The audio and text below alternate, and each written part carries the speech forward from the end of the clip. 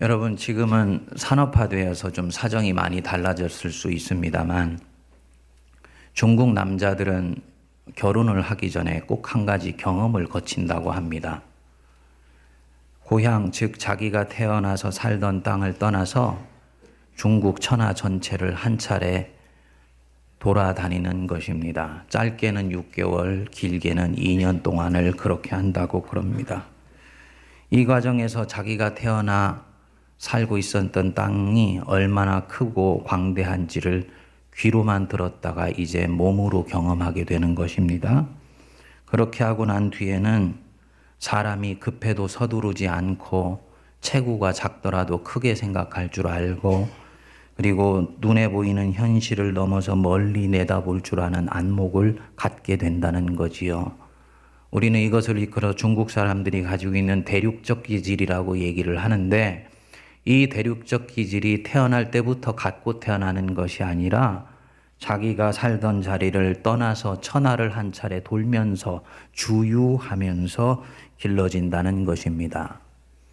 저는 중국 사람들에 관련된 이야기일 뿐만 아니라 바로 우리들에 관한 이야기라고 생각을 합니다. 영적인 세계에 있어서도 신앙의 세계에 있어서도 떠나야 될 때가 되었을 때 떠날 줄 알아야 신앙이 성장하고 도약할 수 있게 됩니다. 오늘 우리에게 주신 본문 말씀은 아브라함의 아버지 데라의 이야기가 잠시 소개되어 있습니다.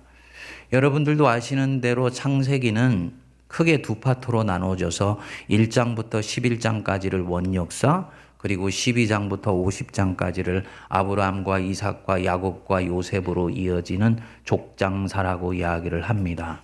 그런데 성경의 구조를 보면 11장 9절까지의 바벨탑 사건으로 원역사는 끝나고 10절에서부터 시작해서 26절까지 족장사가 나오기 전에 그 족장들 앞에 있는 계보를 찬찬히 설명을 합니다. 그리고 난 뒤에 12장 1절에 아브라함에 관한 소명의 이야기가 나와도 조금도 흐름상 손색이 없는데, 성령께서는 모세를 통해서 무슨 의도가 있는지 아브라함의 아버지 데라에 관한 이야기를 4절 5절에 걸쳐서 소개를 해놨다는 것입니다. 왜 그럴까? 31절을 여러분들이 먼저 보시면 우리 함께 읽어보겠습니다. 데라가 그 아들 아브라함과 하란의 아들은 그의 손자 롯과 그의 며느리 아브라함의 아내 사레를 데리고 갈대아인의 우르를 떠나 가나안 땅으로 가고자 하더니 하란에 이르러 거기 거류하였으며. 데라가 어디를 가고자 했다고요? 가나안 땅을 가고자 했다 그랬습니다. 그러니까 약속의 땅에 믿음의 조상인 아브라함이 가장 먼저 가나안 땅을 들어간 것이 아니고 이미 아브라함의 아버지인 데라가 한 세대 앞서서 갈대아 우르를 떠나서 가나안 땅으로 가려고 했다는 것입니다. 갈대아 우르 땅에서 가나안 땅으로 가다 보면 큰 강을 하나 건너게 됩니다. 이 강이 유프라테스 강입니다. 그리고 이 유프라테스 강을 건너서 북서쪽으로 한 260km, 우리로 치면은 서울에서부터 대구 못 미치는 거리 정도를 가다 보면 가나안 땅을 지나가기 위해서 꼭 거쳐가야 되는 땅이 하나 있어요. 바로 그곳이 하란 땅입니다. 그런데 데라가 무슨 이유인지 가나안 땅으로 가려고 하더니 그 하란 땅에 자리를 잡고 거기서 인생을 마무리했다고 그랬습니다. 가나안 땅까지 가겠다고 결심하고 나섰는데 하란 땅에 말뚝박고 집 짓고 살다가 거기서 205세에 숨을 마무리 지은 것이지요. 왜 가나안 땅으로 가려고 떠났다가 하란 땅에서 인생을 마무리하였을까? 어떤 성서 주석에는 보면 데라는 아브라함처럼 하나님의 음성을 듣고 부르심을 받고 떠난 것이 아니고 자기 생각, 자기 판단으로 가나안 땅으로 가려고 했었기 때문에 뜻을 이루지 못했을 것이다 라고 이야기를 하더라고요. 그런데 저는 그렇게 보지 않습니다. 무엇인지 외부로부터의 강력한 충격, 즉 그를 움직이게 만든 영적 파워가 그를 갈대아 우르에서부터 가나안을 향하여 떠밀어내지 않았다면 데라는 갈대아 우르를 떠나서 그 낯선 땅 가나안으로 갈 이유가 하등도 없습니다. 여러분, 그때나 지금이나 자기가 살던 땅을 떠나서 이역 만리에 가서 산다는 것은 대단히 우리로 하여금 큰 호흡을 하게 하는 일이에요.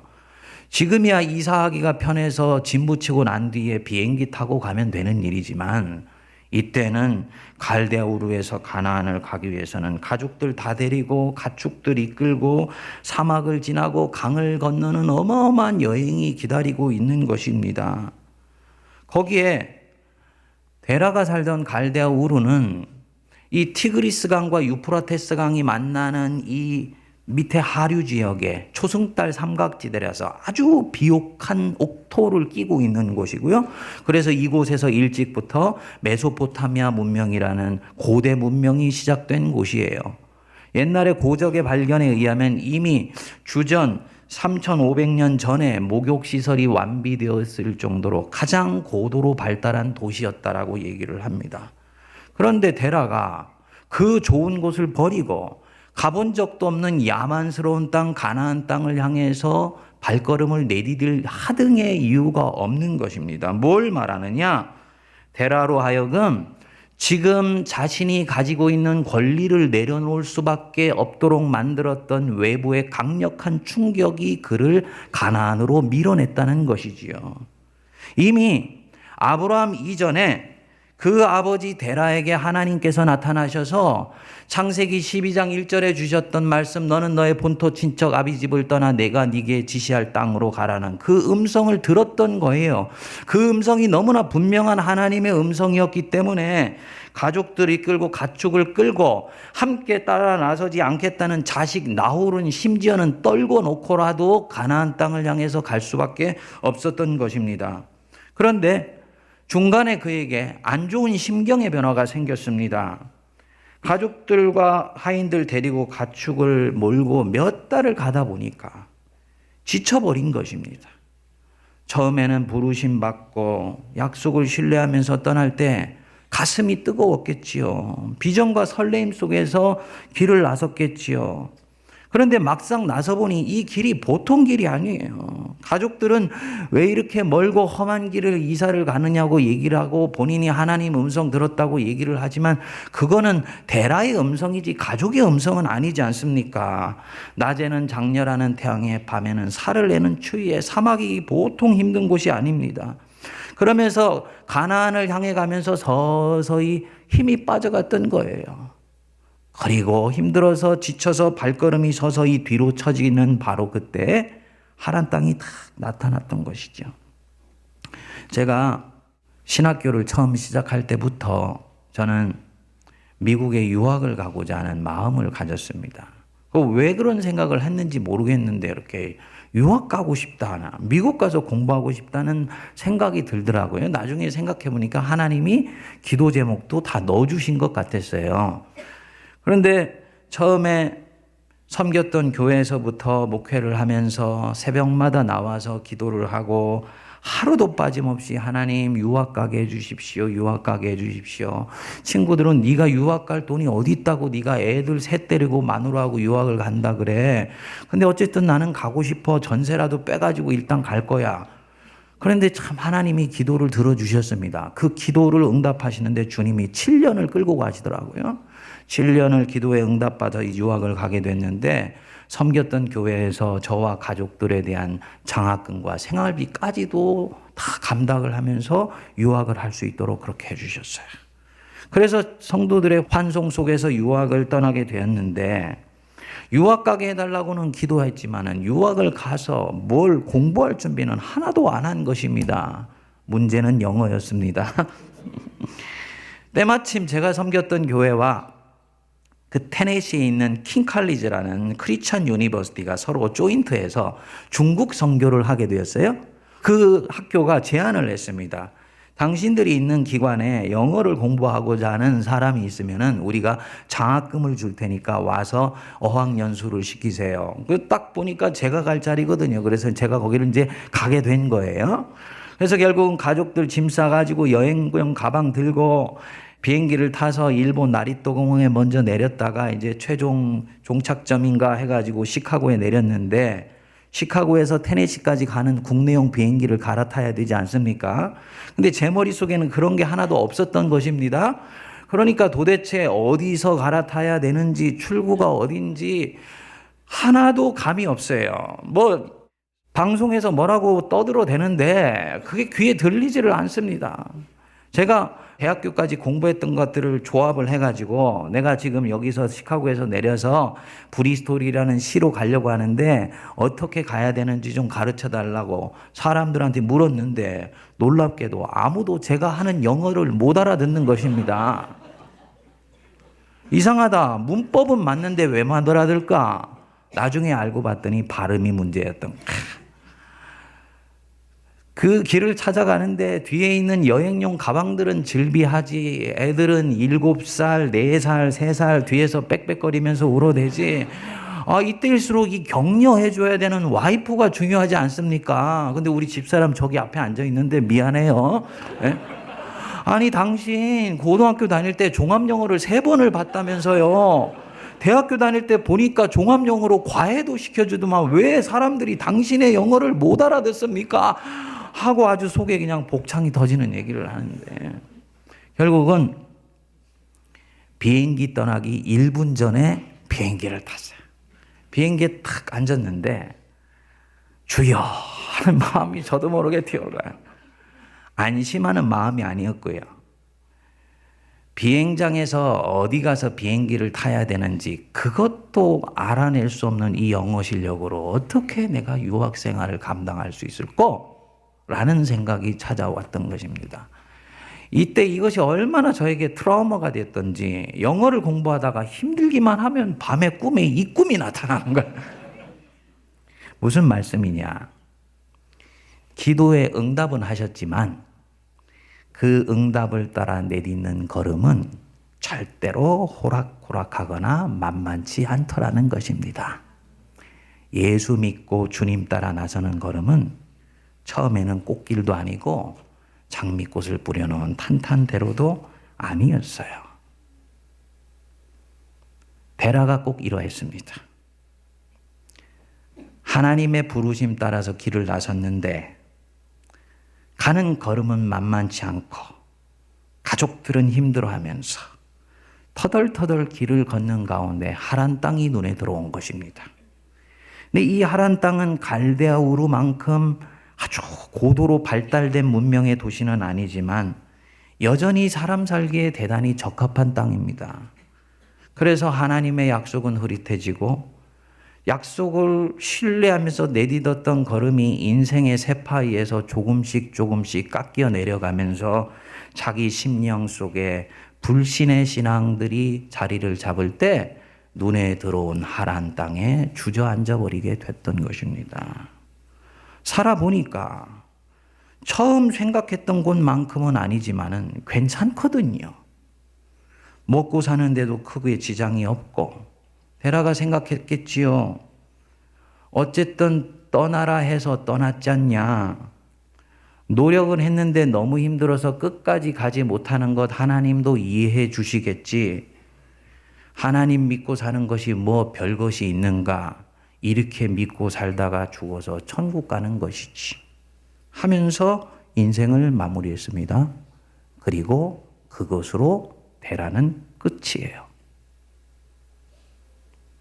모세는 바로 이 하란 땅에 주저앉아서 인생을 마무리하는 데라 속에서 출애굽하여서 광야로 나온 이스라엘 백성들의 그림자를 보았던 것입니다. 환희와 감격, 기적과 온갖 이적을 체험하고 하나님의 백성으로 택함 받아서 바로의 앞절을 뚫고 하나님 이끌리심 따라서 가나안 땅 들어간다고 하고 나섰지만은 그 광야길은 본인들이 생각한 것처럼 만만하거나 호락호락한 걸음이 아니었습니다. 그러니까 끊임없이 불평하고 원망하고 뒤를 돌아다 보면서 본래 있는 그 자리로 돌아가려고 했던 것이죠. 그 이스라엘 백성들의 광야 세월을 대화하는 태도 속에서 모세는 그들의 조상 데라의 그림자를 보았던 것입니다. 여러분, 죄는 복원력을 갖고 있습니다.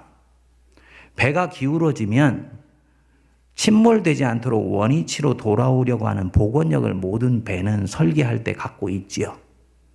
죄도 복원력을 갖고 있어서 성도가 죄를 뿌리치고 하나님을 향해서 자기의 시선을 돌리고 스텝을 내디딜 때 죄는 절대로 내가 하나님을 향해서 그냥 쉽게 나가도록 놔두지 않아요. 어떻게든지 나를 잡아당겨서 본래 있던 그 죄의 자리로 돌아오게 하려고 애를 씁니다. 죄가 가지고 있는 독특한 마력입니다. 그래서 베드로가 얘기하기를 토하여 낸 곳으로 돌아가려고 하는 돼지 같은 모습이라고 힐난하지 않았습니까? 그리고 죄는 이것이 안 되면 사람으로 하여금 한 걸음 내딛고 난 뒤에 그 자리에 무기력하게 주저앉아서 거기서 인생을 마무리하게 만들려는 인격적인 힘을 가지고 있습니다. 그래서 이 모세가 족장사 전에 그 족장의 조상 데라의 실패한 역사들을 성경 속에서 기록해내어서 영적 하란 땅인 광야 땅에 주저앉아 버리려고는 이스라엘을 엄하게 경계했던 것이지요.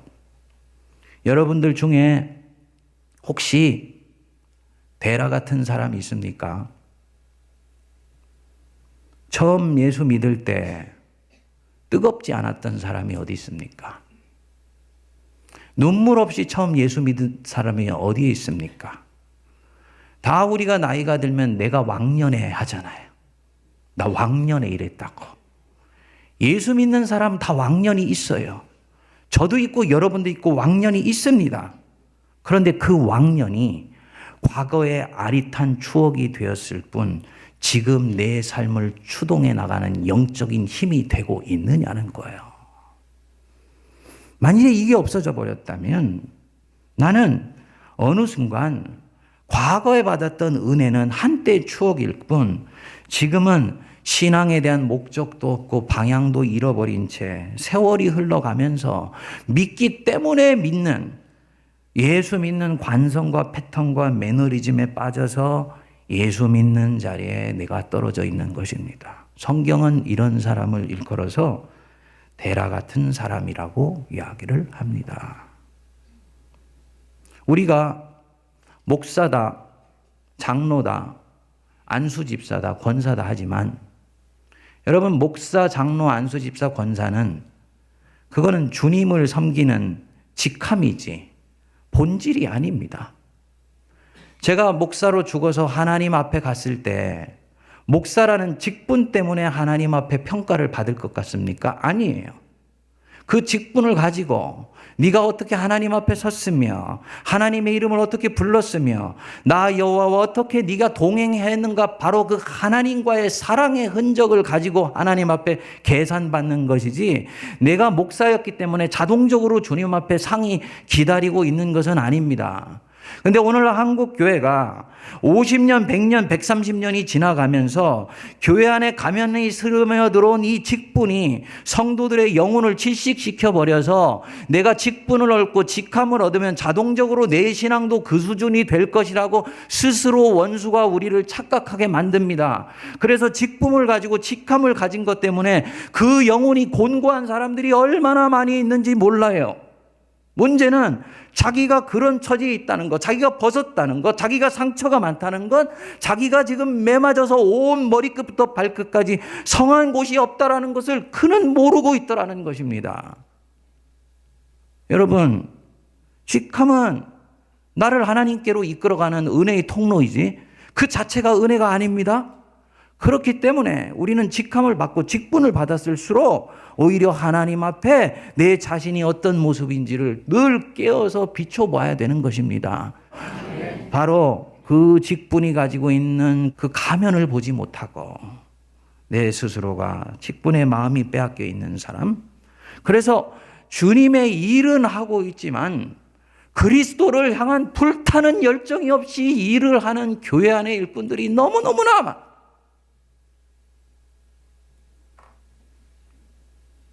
데라 같은 사람이죠.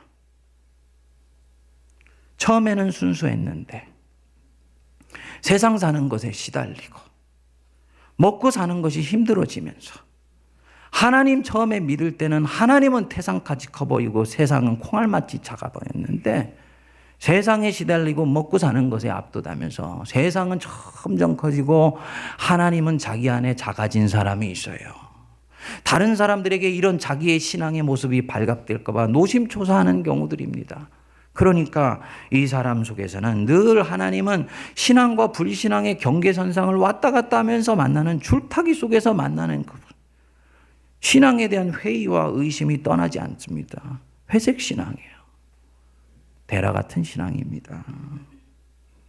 사랑하는 여러분, 12월 31일 날 마지막 예배를 드리면 우리가 하나님 앞에 찬양해야 되는 것이 순서인데 제가 성도들을 섬기면서 보니까 성도들이 세월에 속더라고요. 무슨 얘기냐면 12월 31일 되면 성도들이 어김없이 하는 우리 안에서의 이 마인드셋이 있습니다. 주님, 1년간 무탈하게 사는 것 감사하고 새해를 멋지게 시작할 수 있기를 원합니다. 이때까지 죄 지은 건 용서하여 주옵소서. 그럼 주님이 용서해 주시지요. 새해 1월 1일이 되면 여러분들이 컴퓨터 리셋 버튼을 누르듯이 딱 리셋 버튼을 눌러요. 그럼 여러분들 안에서 새롭게 시계가 돌아가면서 2018년 1월 1일이 새로 시작되었으니 내 인생에는 뭔가 새로운 것들이 기다리고 있을 것이다 하고 갑니다. 근데 성도들 가만히 보니까 그 새롭게 먹은 마음의 결심과 의지가 오래 가지 못하고 1월 31일 정도 되면 이미 꼬리를 내리고 6월 달 되면 거의 완전히 폐잔병이 되어서 12월 31일 되면 작년 12월 31일에 했던 기도를 반복하더라는 것입니다. 뭘 말하느냐? 컴퓨터 리셋 버튼을 누른다고 그 안에 있는 바이러스가 저절로 죽습니까? 내 안에 데라 같은 습성이 남아있는 가운데에서는 내가 한 발자국도 앞으로 나가지 못하도 이것은 내 영혼의 족쇄가 되어서 나를 따라오는 것입니다. 그래서 2017년 12월 31일 날 가장 성도가 해야 되는 것, 자기가 자기 인생을 사랑하기 때문에 하나님이 주신 한 판의 인생을 내가 헛되이 보내지 않겠다라고 생각하는 성도가 해야 되는 가장 중요하고 첫 번째의 것은 주님 앞에 용서를 구할 뿐만 아니라 내 발목을 붙들어 왔던 내 인생의 하란, 그릇된 습관, 주저앉게 만드는 모든 신앙의 패턴들 주님 앞에 단 하나라도 정리하고 새해를 시작할 때 이 사람은 내년 새해가 올 새해와 전혀 다른 새해가 되는 것입니다. 여러분, 부르심에는 목적이 있어요. 목사만 부르심을 받는 것이 아니고 성도 여러분들 한 사람 한 사람도 하나님 앞에 부르심을 받습니다. 그리고 여러분들 한 사람 한 사람을 부르실 때는 각각 그 부르심에 걸맞는 주님의 소명이 있고 이끄시는 길이 있습니다. 목사인 제가 하나님 앞에 올려드려야 되는 소명의 내용이 다르고 여러분들이 하나님 앞에 올려드려야 되는 소명의 내용이 있고 달라요. 그래서 요한계시록에는 마지막 때 각 민족이 자기의 옷을 입고 하나님께 나아간다고 했습니다. 중국 민족, 한국 민족, 일본 민족, 미국 민족 각각 다르게 옷을 입고 나아가요. 뭘 얘기하느냐? 성도는 자기에게만 허락하신 독특한 사명의 컬러와 느낌이 있고 색깔이 달라서 그 색깔을 마음껏 하나님 앞에서 채색하여서 아름다운 한 판의 그림을 주님 앞에 올려드림으로 인생이 완성되고 신앙이 완성된다는 것이죠. 그런데 성도들 중에 하나님은 포기하지 아니하셨는데 이미 예수 믿으면서 자기가 달려가야 되는 소명의 방향과 자기 자신의 소명을 잊어버린 채 다른 사람과 별반 다를 것 없이 예수 믿는 사람들이 너무너무나 많이 있더라는 거예요. 이 데라로 치면 가나안을 상실해버린 것입니다. 하란 땅에 주저앉아 있는 거예요. 하나님이 데라에게 반복해서 찾아오셨겠지요. 너 왜 거기 그러고 있니? 네 인생의 세월이 얼마나 남았다고 네가 그 하란 땅에서 주저앉아서 거기서 인생을 허비하면서 세월을 보내고 있느냐. 우리 하나님이 말씀하시지 않았겠습니까? 그렇지만 이 사람은 듣지 않았습니다. 다 다시는 그 힘들고 거친 가나안의 사막을 향해서 나가고 싶지 않다는 생각이 들었기 때문입니다. 그렇지만 여러분, 바로 그 순간이 이 사람의 영혼이 메말라 죽어가는 순간이에요. 하란 땅에 주저앉아서는 절대로 여러분들은 영이 살아날 수가 없습니다. 여러분, 개구리 삶는 법 아시죠? 개구리를 뜨거운 물에 탁 넣으면은 이놈이 뜨거 하고 튀어나와요. 근데 개구리를 자기하고 체온이 똑같은 물에 탁 넣어놓고 난 뒤에 밑에서 불을 팔팔 떼면 서서히 물이 올라오면서 나중에 개구리가 여기가 좋사오니 하고 있다가 결국은 그 뜨거운 물에서 폭삭 삼겨버려요. 제가 성도들을 보니까 딱 성도들이 하란 땅에서 인생 마무리하는 모습이 그와 똑같아요. 거기가 죽는 자리인데, 거기는 사는 자리가 아닌데 그 하란 땅에 주저앉아 있으면서 세월을 허비하면서 말라 죽어가는 경우들이 너무나 많이 있더라는 것입니다. 이렇게 주저앉아서 인생을 끝나버린 데라를 보고 성경은 뭐라고 하느냐? 우리 여호수아서 24장 2절 말씀 한번 같이 읽어보겠습니다. 시작. 여호수아가 모든 백성에게 이르시되 이스라엘의 하나님 여호와께서 이같이 말씀하시기를 옛적에 너희의 조상들 곧 아브라함의 아버지 나홀의 아버지 데라가 강 저쪽에 거주하여 다른 신들을 섬겼으나, 거기 끝에 보시면 너희의 조상들, 이스라엘의 조상들 곧 아브라함의 아버지 나홀의 아버지 데라가 어디에 거주했다고요?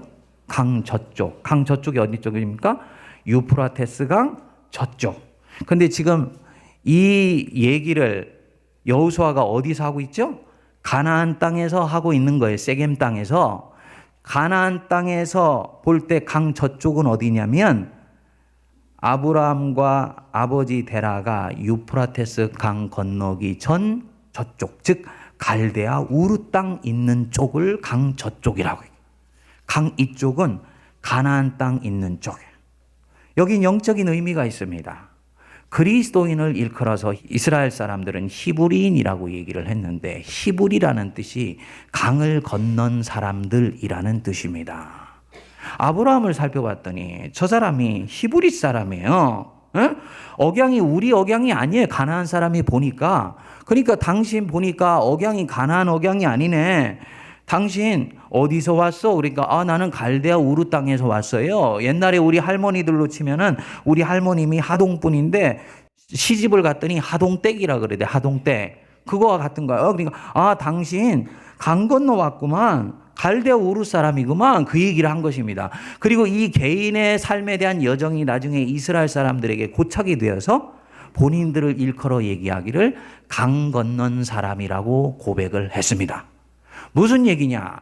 강을 건넜다. 이 얘기는 강 저편, 하나님 없는 땅, 우상의 땅, 쾌락을 쫓아 살아갔던 땅, 하나님이 주인 되지 않고 내가 내 인생이 주인 되어서 살아갔던 그 땅으로부터 세례를 받고 건너서 이제는 하나님이 있는 땅, 하나님이 주인 되시고 하나님의 영광과 그분의 나라를 위하여 살아가는 전혀 새로운 삶의 가치와 방향을 가지고 살아가는 사람들로 변했어.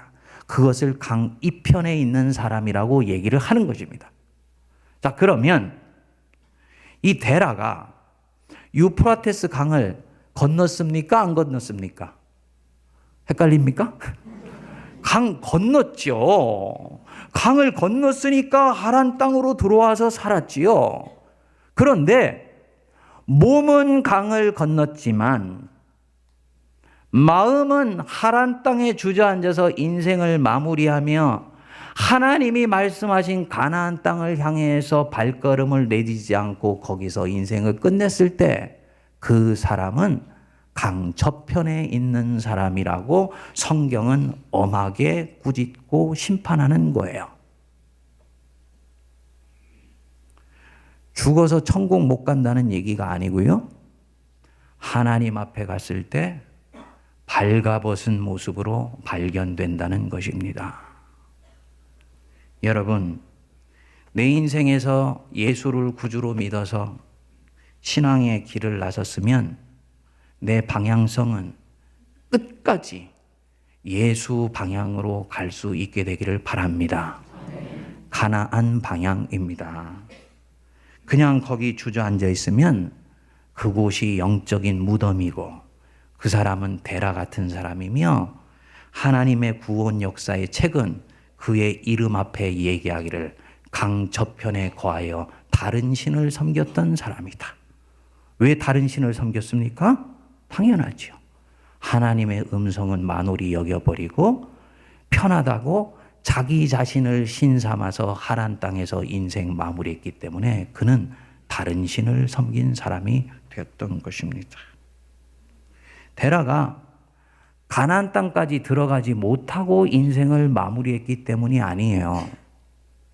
그리스도인의 삶에는 완주했느냐 완주하지 않았느냐, 성공했느냐 실패했느냐, 이것이 중요하지 않습니다. 승리했느냐 패배했느냐, 내가 정말 승리했다, 그럴 때는요, 내가 비록 하나님이 말씀하신 그 자리에까지는 가지 못했다 할지라도 내 눈과 영혼의 방향은 주님이 말씀하시는 그 자리를 끝까지 응시하다가 인생을 마무리했을 때 그 사람은 신앙의 승리자여 하나님이 기뻐하시는 강 이편에 있는 사람이 되는 거예요. 우리 주님은 그런 면에서 우리의 업적을 보고 얘기하지 않아요. 그렇기 때문에 우리의 직분은 본질이 될 수가 없는 거예요. 여러분들이 이때까지 이루었던 것도 하나님 앞에서 본질이 될 수가 없는 거예요. 이미 이루었담도 아니고 이미 얻었담도 아니고 오직 그리스도 예수께 붙들림 받은 것을 잡으려고 표대를 향하여 달려가노라. 바울의 그 심령 속에 있었던 불타는 열정이 무엇이었겠습니까? 가나안을 향한 그의 눈빛이거든요. 그 눈빛은 그에게 어떤 것들이 신앙의 전리품으로 이미 손에 움켜져 있다 할지라도 그는 그 전리품에 만족할 수가 없습니다. 그 전리품에 만족하여서 가나안을 향한 자기의 시선을 포기한 순간 자기는 데라 같은 사람으로 하란 땅에 그 순간 나락에 떨어진다는 것을 알고 있었기 때문입니다. 여러분, 우리가 구약의 사람이라면 주저앉은 것으로 끝이 납니다. 그러나 우리는 구약 먹지 않고 신약 먹고 살잖아요. 우리는 신약을 먹고 살아요. 예수님이 그래서 우리에게 너무너무나 중요해. 예수님이 우리를 위해서 오셔서 죽으시고 부활하셔서 그의 이름을 믿는 자에게는 하나님의 자녀가 되는 권세를 주셨어요. 그 이름으로 용서를 구하면 주님은 그 이름으로 용서를 구하는 순간 우리의 인생도 우리의 모든 허물들도 다 새롭게 부활하는 능력을 하나님이 주시는 줄 믿습니다. 주님께서 오늘 이 12월 31일 날 여러분들에게 찾아오셔서 하시는 간절한 음성을 들으시기를 바랍니다. 아무개야, 이제는 그 주저앉아 있는 하란 땅에서 네가 일어날 때가 되지 않았느냐.